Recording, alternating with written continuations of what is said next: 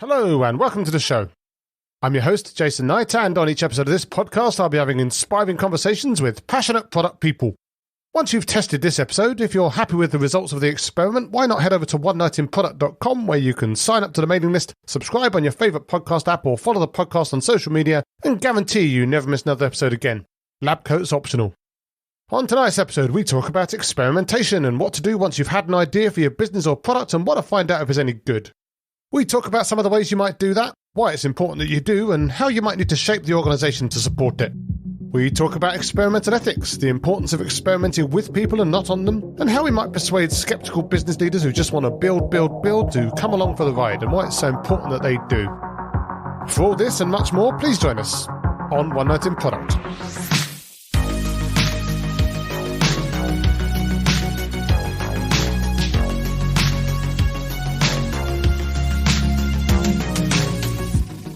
So my guest tonight is David J. Bland. David's a former reality TV show host and published poet who started out just like me, working in a call centre, but unlike me, managed to abort that career experiment almost as soon as it began, with initial results looking unpromising. He then moved on to the big wide world of tech and realised there was something to this whole lean thing and moved into consultancy to help companies move from big batches to small batches and make sure their next big thing is actually worth building. David's the co-author of Testing Business Ideas, a practical field guide for rapid experimentation, which will give us all loads of ideas for activities to do while we're waiting for our CEOs to overrule us. Hi, David. How are you tonight? I'm great. Thanks for having me. No problem. It's good to have you here. So your book's been out for a couple of years now, so I'm not going to go through the usual dance of asking you how the reception has been and all of that stuff because, that's old news for you now, right? But what I did notice recently, as it's part of the Strategizer series, is there's this really handsome Strategizer box set that's just come out, sort of thing that'll look fine on anyone's bookshelf. So what's the story behind that series and that box set? Is that something where you've gone and updated the book for the release, or is that the same book but just in a nice package? It's the same book for now. The book's been out 2 years, so I'm collecting case studies and thinking through some changes I might make to it with Alex. But the box set is more the publisher's idea. That's Wiley saying this great set of books should be packaged together. And so it's a really good stack. It's literally like when we say stack of books, it's literally a stack. Like there's business model, value prop, testing, business ideas, invincible company, high performance teams. There's like all this stuff that like focus on different aspects, but it's all connected. It's pretty cool. So there's a little bit of money making for the publisher there as well, but it also basically makes any person basically a business person just by reading it, right? I mean, it's cheaper than an MBA. And the way I've written the book, it's really all the tools I use when I'm coaching teams. So I think some of the best, I got two really great pieces of advice from my editor at Wiley. One was call the book what it does, which is testing business ideas. Yeah. I tried to be really cute and I was like, we should call it executing ideas because you're executing, but you're really executing. And everyone's like, no, don't do that.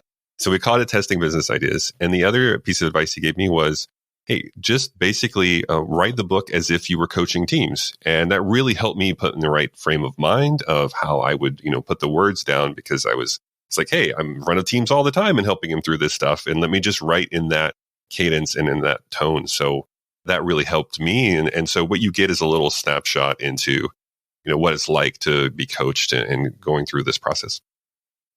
But it's also a very visual book as well, very stylized and very graphical when you go through it. So it's not just like a big wodge of text. It's like there's a lot of diagrams, a lot of basically infographic style elements. And that's not something that you see in all business books. It's not something that I've seen in many books around sort of discovery and experimentation. Lean Startup doesn't look like that, right? Was that a conscious decision from yourself or from Alex, or was that something that the publisher pushed for? Like, how did that really visual aspect come into it?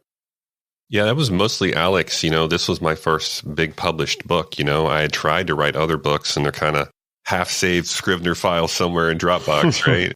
I have plenty of those. And it was really like almost like me relearning the writing process. So it was like Alex and Eve really doing business model generation and value prop design. There were a lot of that with Alan being the head, this lead designer, right? And so the conceptual part, I've written about this and given a few talks about it, but I do think there's something to be said about how do you test a book? Because we went through sticky notes to concepts. Alex was really big on, well, we can't have really heavily weighted concepts on one side of the spread and really light ones on the other and make it offset. And I had never really thought about a book that way. And so we iterated through the book almost like you would a product. And it was really amazing. We had actually a professional illustrator from the UK. We had Owen Pomery hand draw the illustrations. And then even that whole process was like, sometimes I would say, this is what it should look like. And then other times I was like, just be creative and draw something for me. And I would record myself looking at it, giving him feedback, and then he would iterate on the professional illustration. So overall, we had 3 designers. We had Alan, Trish, and Chris out of Toronto. And then we had Owen doing the professional illustrations. It was really amazing process to see it kind of come to fruition, but definitely a lot of time and effort. And it's very intentional. Yeah, no, that's really interesting. And I think that there's something to be said for this idea that picture-based books really hit another part of the brain as well. So maybe help you to process the information in a different way, which I'm not sure if I could necessarily justify that statement, but it's certainly a discussion that I've had before with other people that have written books and tried to get some visual elements in or get lots of diagrams in to really try and help that resonate with you, because there's this whole argument that people think in pictures, right? It is. And I thought just the topic, I felt it would be really intimidating to people. You know, they're like going back to science class in school and going, oh no, this is too much pressure for me. I don't want to work this way. And so we just tried to make it very friendly and lighthearted, and anything that felt really heavy, I tried to pull out of the book and just try to make it very relatable and not in an intimidating, like, oh my gosh, scientific method. It's so overwhelming with all its nuance. Like, I really just tried to make it accessible to everyone. But to avoid putting words in your mouth, what's the core value proposition of the book? Like, what problem does it help people solve or help companies solve? It's really helping people not to build things that nobody wants, right? So it's kind of the idea that you have a vision and you're open to the idea of it being wrong. And so I think that's why I call testing business ideas. You know, I get a lot of feedback from the community around, well, where you get those ideas from and all of this. And maybe we can touch on that in our conversation today. However, people almost always come to me with ideas. They already have ideas. It wasn't like the idea was the problem. It was how do you shape that idea? What does it end up being?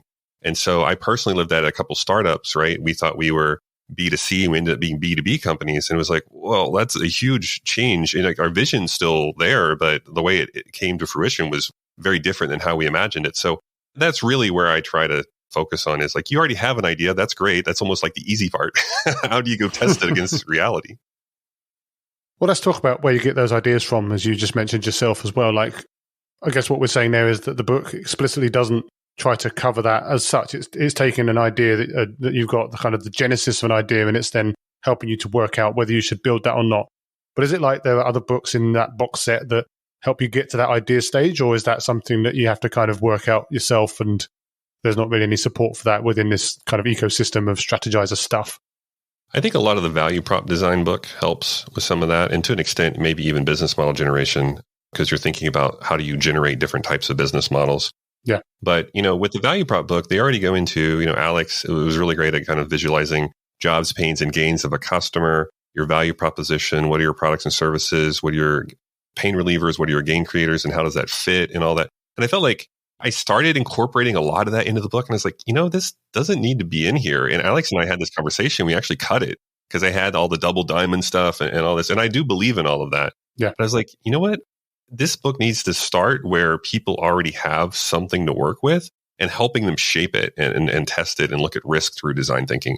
And so it was really tough for me because I wanted to put everything in there. In reality, it's kind of like, you know, most people come to me already with an idea and they already probably looked at customer needs, hopefully, or we're going to find out really quickly that they didn't. We could have tested them. So yeah, it was really tough choice for me, but it's like the material just seemed redundant. So we ended up cutting it out of the beginning of the book. That makes a lot of sense. And I think you're right that people tend to have quite a lot of ideas. Maybe we'll come back to how we actually start sorting those out in a short while. But by day, you're running Precoil, which is a consultancy which aims to help people validate their ideas. Same kind of idea that you're talking about in the book, right? So validating their ideas without wasting time and money building stuff that no one wants. And I'm assuming that your consultancy, which predates the book, informed some of the book. Some of the stuff that you mentioned in the book is presumably stuff that we're using in the consultancy. And I'm assuming also that some of the stuff that you then put in the book and some of the stuff from when you researched the book then potentially inform the consultancy as well. So kind of a virtuous circle there. But is there anything that you've discovered since the book, when you've been out in the field, that you would have put in the book had you been writing it now? Yeah, I think in reality, maybe like even multiple consultancies fed into this book, right? So like before Precoil, I was at Neo, which was kind of like, you know, Eric Riesling startups as a service thing with Ian McFarlane and Gift Constable. And Jeff Gothelf was there, Josh Seiden, a lot of great, like Sam McAfee, Andy Plantenberg. I could go a list. It was an amazing group of folks. Even that work, I've been playing with Lean Startup. Like now it's been almost 10 years, right? Since I started reading Eric Ries's Startup Lessons Learned blog and going to Lean Startup circles. And all of that, even my startup experience, I think where I got drawn to that was I was really frustrated at some startups where I kind of spent the night weekend stuff building and nobody cared. It didn't really matter how much I built. So I would say even it's been like a multiple year journey there and to inform the book. And then, there's always stuff you go back and change. I feel like the strength of evidence is something Alex and I have been really kind of working through because I don't think people understand the nuances. It's there in the book, but I think it needs to be more prominent. Yeah. And so we reframed it as like strong and weak. And then in reality, when we're presenting evidence to, let's say, stakeholders and people for funding decisions, we've been reframing weak as light evidence. And it's maybe sounds kind of silly, but I do think the difference matters because it's not that the teams weren't doing work, right? It's just the light qualitative evidence generated from, let's say, customer interviews and surveys and that kind of stuff. It's still valuable. You can use the quotes there in your future experiments. But I think that framing didn't quite land. So I think I'd really come back to strength of evidence again. And I don't know if everybody understands the dots, like because we visualize everything with the taxonomy. And so sometimes the dots are outlined, sometimes they're filled in. I don't think that felt like really landed with everybody. So I think there are some tweaks. And then just loading it up with more case studies because I work on so many interesting things. Oh, I wish I could just talk about them. But of course, I'm surrounded by NDAs. And then it's hard for me to get my clients to even go out and speak about them because it's all new stuff. And so I do think now that the book's been out a couple of years, I'm definitely revisiting the idea of case studies. And I've seen more companies use it. So definitely more case studies. And I would probably tweak the evidence bit a little. But no new techniques that have kind of come about since then. Are they all, are you kind of, you've got something like 40 plus different techniques that you mentioned in the book. So are they all kind of the tried and tested best ways that you still go out there and help people? Or have you kind of started inventing new ones or portmanteaus or combinations of those that are almost becoming different things themselves?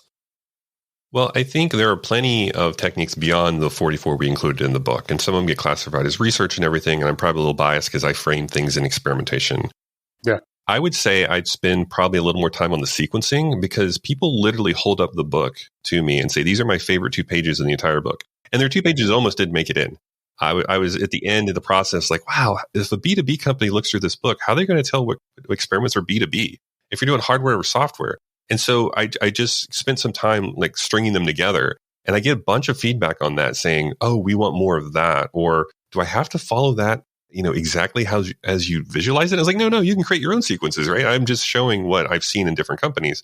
And so I'd probably spend a little more time in the sequencing because I think that is sort of, you don't want to just run one experiment, right? You want to run multiple over time. Yeah. And I think I could probably illustrate that a bit more and give people a little more context around what would make a sequence and how they could create their own. I've always found that if you represent something as a sequence, even if it's not a sequence, and even if you put a caveat on it saying, oh no, this isn't a sequence, this is just how I'm visualizing it, everyone always just treats it as a sequence anyway. And you're just getting as much trouble as if it was a sequence in the first place. So I've definitely stopped using any kind of arrow-based or timeline-based anything. It just causes more trouble than it's worth, to be honest. But who should read this book? Is it aimed primarily at early-stage startups, or is it like those people that are maybe pre-product market fit or pre-product solution fit or whatever? Or are there goodies in there that you could potentially use all the way up to and including big, massive corporates and all of the things that they have to worry about? Yeah. So I really have like 3 personas and it is really informed by my coaching and my real world work, but basically corporate innovators. So even big companies, but it's usually on something new, right? So it's something before you hit product market fit and they're trying to figure out how to create this. Usually the companies I work with, they're trying to reimagine what they do in a different way. Yeah. And so like if I work with a paint company, they're trying to be a color company. So they want to essentially put out things other than paint that are solutions that are, exemplify their domain expertise. There's also startup entrepreneurs for sure. And it's usually, again, before product market fit. So that early stage. And then people with side hustles, sometimes there's an overlap, right? You have somebody at a big corporation and they also have a side hustle.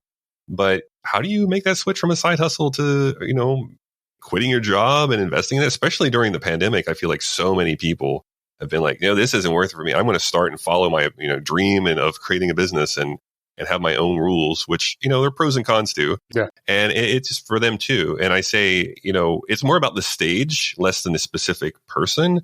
I think what it doesn't have, and intentionally so, is I didn't put a lot of growth experiments in here. There's not a lot about how do you scale and all that. And so I do feel like there's some other books that do address that topic.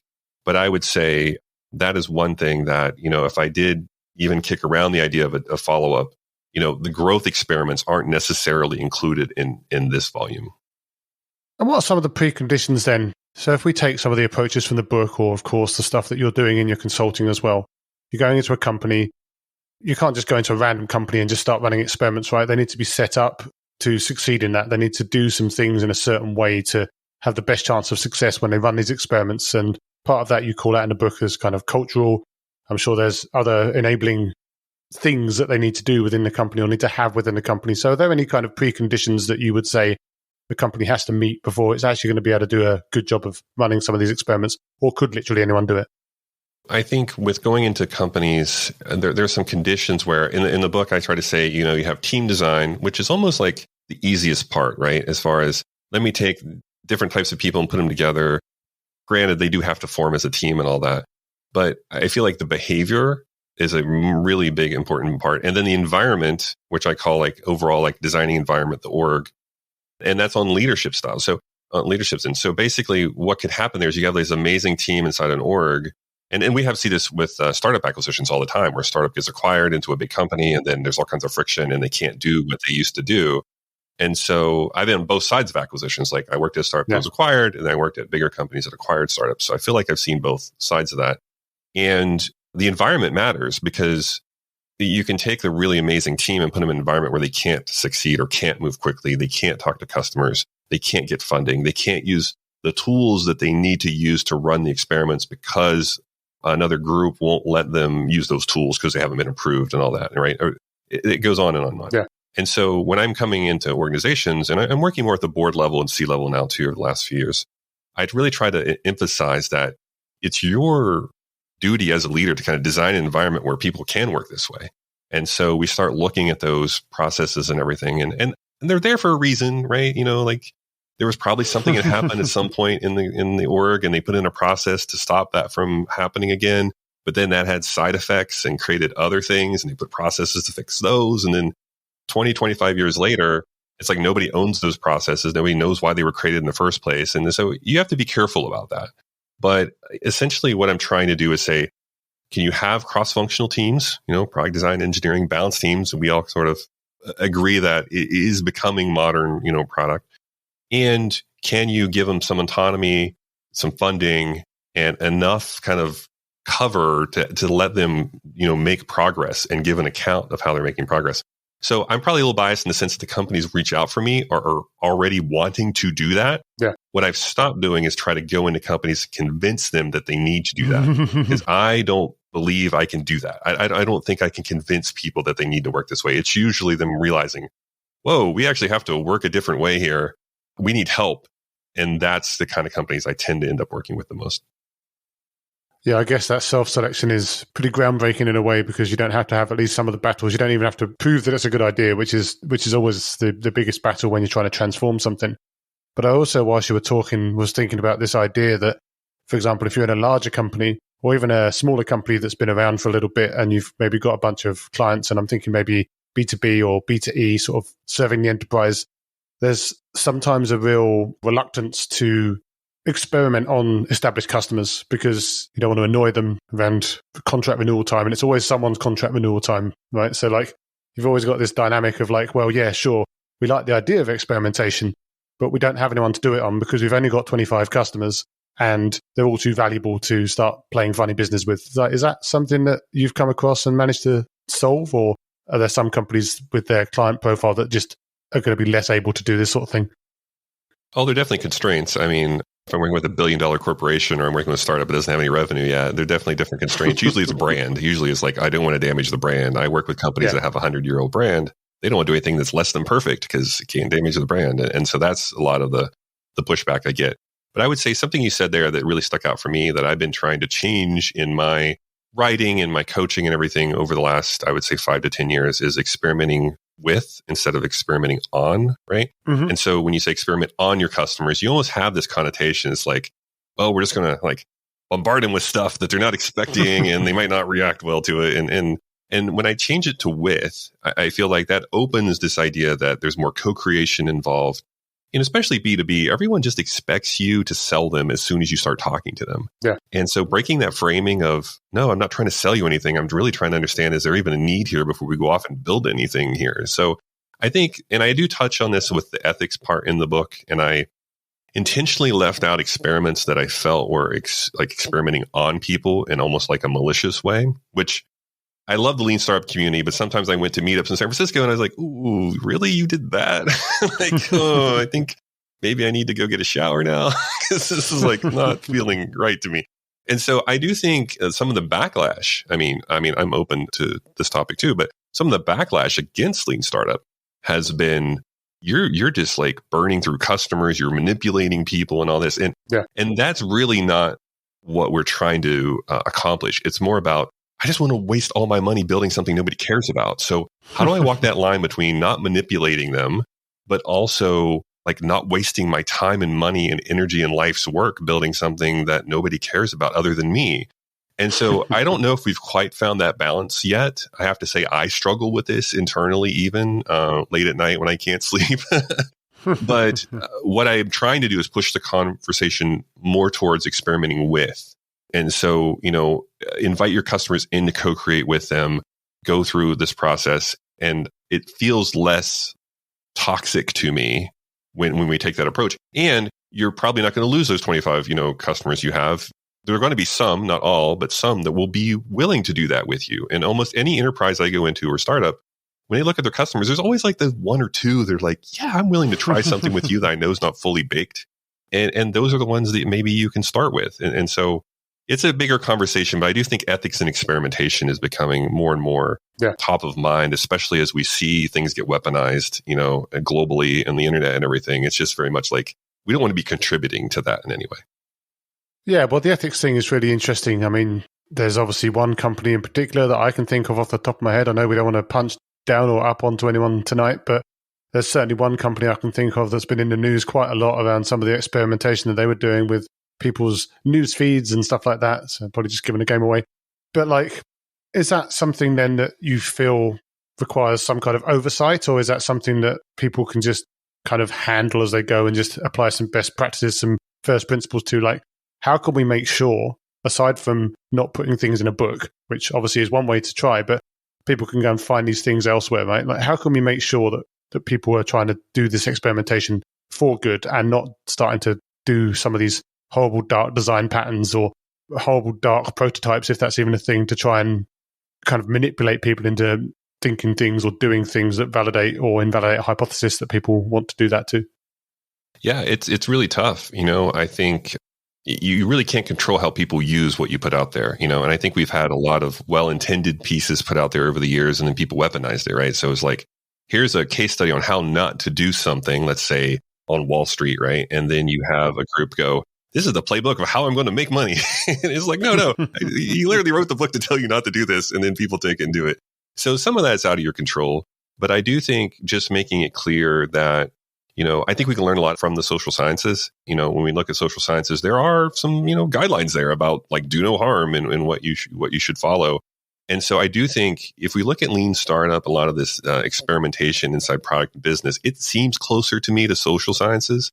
I was having a conversation with Tendai Vicky before the pandemic started in our last kind of big in-person workshop masterclass we did in London. We actually did it in Shoreditch. And we had this long conversation about, this feels more like social sciences to me, than anything else. And so I do think we can pull from there and we can pull a lot of great practices. We don't have to recreate everything, from scratch today and use that as a guide. And so, but I do think, I've been at conferences where people literally, they're like, take the pledge of hold up your hand and say you'll never use this for evil. And I was like, yeah, I mean, you could do that. Some people, and I even contemplated that in the book. I was like, let's put like somebody holding up their hand, let's write a pledge and have people sign it. I was like, is it really going to have the effect I want? Because some people, it's just out of your control. So I do think pulling from social sciences, I do think keeping, how could this be misused? How could this be manipulated top of mind when you're running experiments? And then this idea of with versus on, I think, is the core of it. Yeah. A lot of those ones that feel like dark patterns are really, you're being experimented on. Yeah. It's like, I'm going to manipulate you to get this number higher because I have some kind of OKR I'm trying to hit, And so I do think the with not on is kind of my statement I keep coming back to. And who knows, like maybe a future version of the book, I go, this one feels like an on and I take it out. But, it's my thinking is always evolving on this. Yeah, I guess the dark side of writing something like don't do this or calling attention to a piece, like you say, is people kind of gravitate to that part of the book, right? It's kind of like putting sticky notes in or giving people a personal index. Yeah. And in the past, I'm a kind of dry sense of humor, and I've created like fake frameworks that were completely toxic, that were jokes, and people wrote little mini books on them and everything. And the reason I didn't keep running with that is I'm like, oh my gosh, people are going to take this and actually implement it somewhere, and they're not going to realize it's satire. Yeah. And so I've had that backfire on me a few times. And satire today is really weird anyway. Yeah.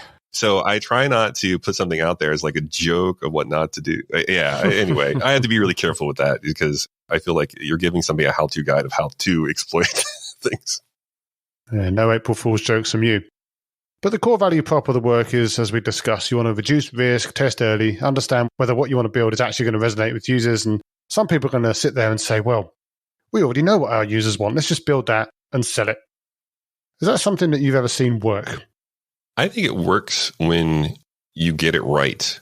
And I don't know how often that really occurs anymore. Because you look at back all these really successful companies, if you kind of start peeling back the layers, it's kind of a winding journey to get to that successful thing. Yeah. And again, I learned that first out of college. I was like, I'm going to make millions on the internet, joining the startup. And then we realized we were like not a B2C company, we were B2B. So I learned this really early on in my career the hard way because I spent nights and weekends building things, sleeping at my desk, and realized, wow, nobody cares. Like this is not our customer no matter what. And so if you look back through how these companies evolve, I think sometimes we have this kind of like need for a story of we had a single brilliant idea and somebody willed it into being. And I don't know how often that occurs. Now, if you do that and you get it right, great. You're brilliant. Yeah, congrats, right? Most people get it wrong or like different degrees of wrong. And so usually, and this is kind of a trick I learned when I was working with Eric Ries, which was, well, what would hurt to go check? Because I watched him in front of very powerful corporate officers say, I know this is the right solution. He's like, yeah, but what if we went and checked? Like, I'm sure you're right, but can we just go check? And I was like, there's no way this is going to work. And it worked. So I've borrowed, tips from him over the years.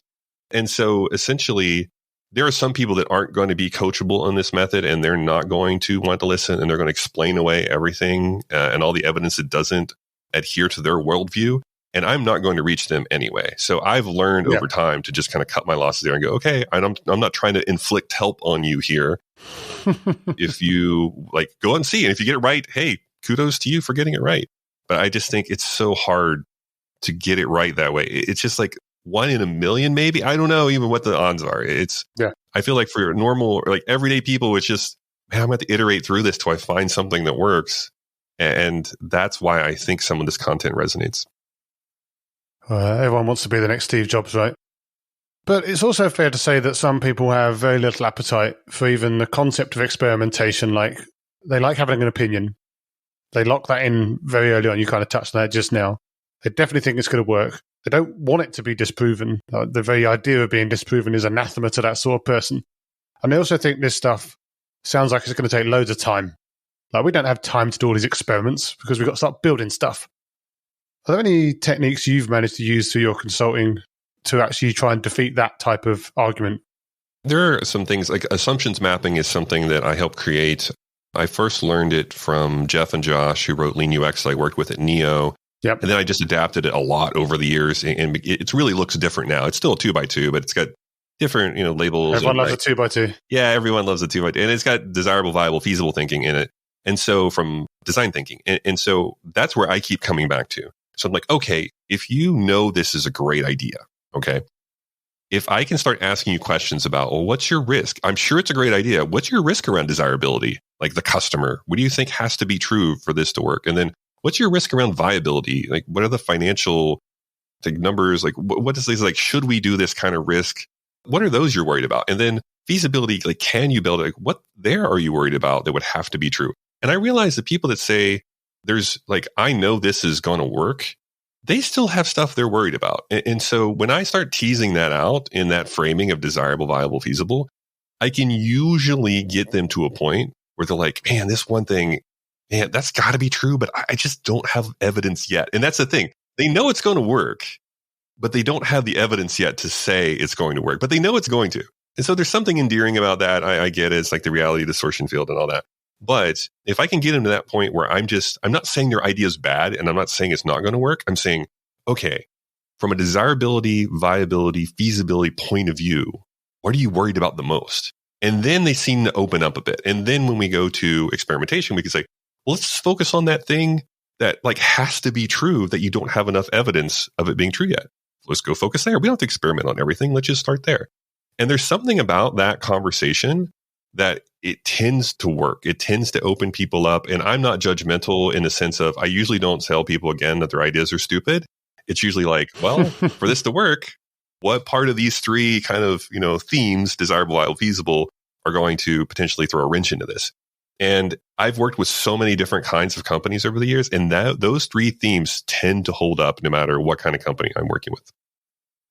Now, that makes a lot of sense. And I think one of the things that I found interesting in the book as well is this idea of continuous experimentation as well, which obviously treads very similar themes to things like Teresa Torres' continuous discovery as well. Like this idea that one way to potentially diffuse this idea that this is going to be like a big, long effort that you're going to have to do and it's going to slow you down is to be experimenting all the time. So you kind of know the answers more or less before time becomes a factor. Is that something that you recommend, trying to build this kind of continuous loop all the time? Or is it something that you kind of have to spin up as and when you start to have these great ideas? Because, I mean, how can you experiment on stuff if you've not had a new idea recently, I guess? Well, the risk moves around, right? So, you figure out desirability and then it might move back to feasibility or down to viability. And it kind of moves around as you go. And so I do think once you start, it's not like, oh, we nailed it now, we don't have to experiment anymore. And we just scale it. You get other kinds of risk come through the idea of scaling, right? And so I feel like it moves around. I do think the idea of talking to your customers every week, which I love from Teresa Torres, I am a huge proponent of. I think she's definitely influenced my thinking over the years. When it comes to just overall experimentation, it's not like you run one experiment and then unlock millions of dollars and then you just go build the thing, Like, we had a webinar on earlier this year where I worked with a company where I helped them unlock like $10 million through this process.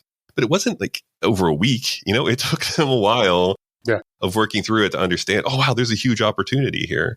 And so I do think, when I talk to people that are just really down on this method, I feel like they're just mentally exhausted because they're constantly questioning everything.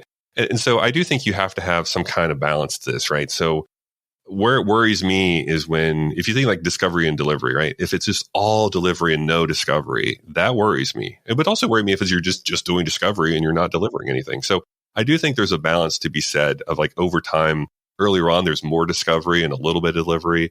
And then as you grow, there's more delivery and a little bit of discovery.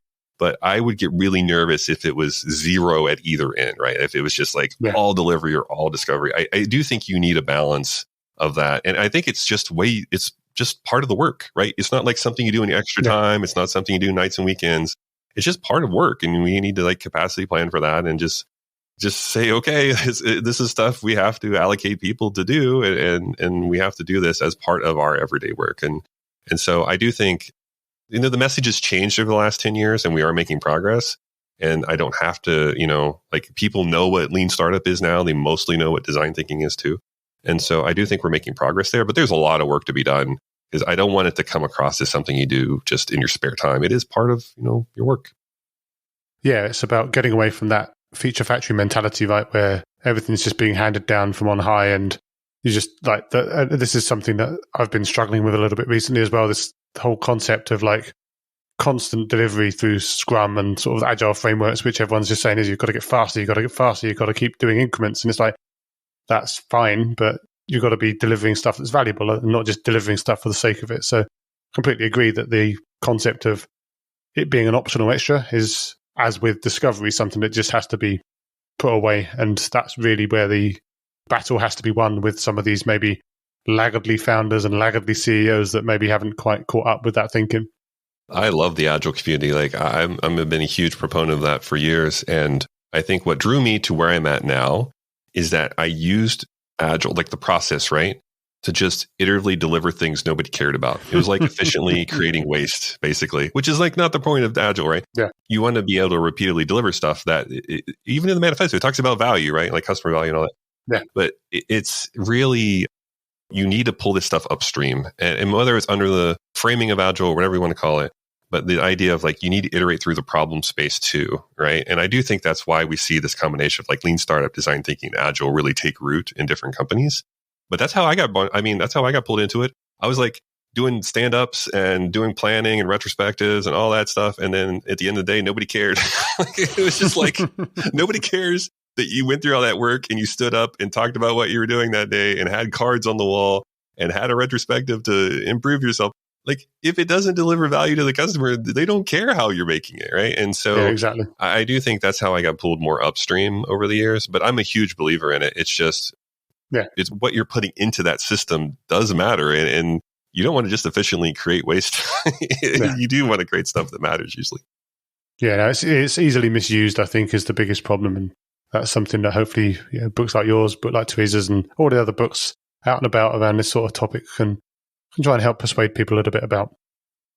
Now, I'm sure this is massively dependent on the type of thing you're trying to build, but if you had one piece of advice for a founder or a product manager or just someone who had an idea, someone's got an idea with no history of experimentation and no idea where to start, aside from buying this handsome box set, what's one experimental technique that maybe they could start with to try and dip their toe in the water and start to get a bit of feedback and understand whether their idea is any good at all?